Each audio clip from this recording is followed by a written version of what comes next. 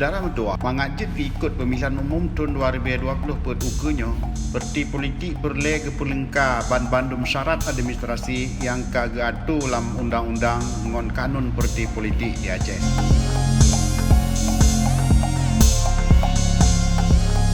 Parti Adil Sejahtera Aceh, PAS Aceh, dengan tagline harapan baru Acehnya tengah kepulengka syarat ke Departemen Hukum dan Hak Azazi Manusia Provinsi Aceh untuk pengesahan badan hukum. PAS Aceh kagak ajukan belah boh kabupaten Majlis Pimpinan Wilayah dari 20 MPW yang terbentuk ban Sigom Aceh menantit Majlis Pimpinan Cabang tingkat kecamatan. Pertinya mulai gemucekot bak bulan 8 yang ulikot ruan akhir bulan 12 karena pengurus Karapan Saboh Aceh. Visi misi nakeh. Assalamualaikum warahmatullahi wabarakatuh. Visi misi parti PAS Acehnya nakeh untuk menegakkan syariat Islam secara kafah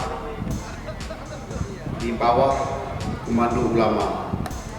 Partinya pun terbentuk dari kesepakatan ulama yang baru-barunya melakukan pertemuan silaturahmi seluruh ulama se-Aceh dan hampir 100%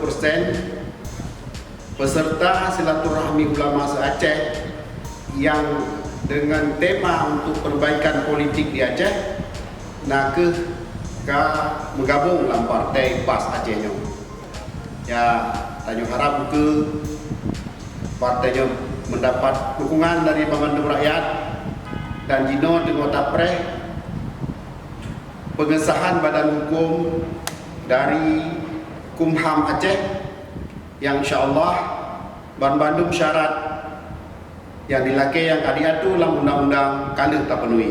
Tanya tak ajukan 16 boh kabupaten dan 14 memenuhi syarat yang dilakai adalah 50% dari seluruh kabupaten yang dan kecamatan juga lebih dari 25% yang disyaratkan oleh undang-undang. Sikotu partainya ingin mendapat dukungan dan berharap mendapat dukungan dari masyarakat ke depan. Terima kasih. Assalamualaikum warahmatullahi wabarakatuh. PAS Aceh, harapan baru Aceh. PAS Aceh, jaya.